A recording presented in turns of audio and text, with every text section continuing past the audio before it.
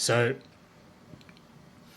first of all, the technique is to speak slower than usual, especially if you have a tendency to speak quickly and rush. And also, it's to pause when you're speaking instead of saying filler words such as like, etc., etc. So, if you approach speaking this way, it actually feels quite uncomfortable at first, but over time, it becomes a habit, just like anything.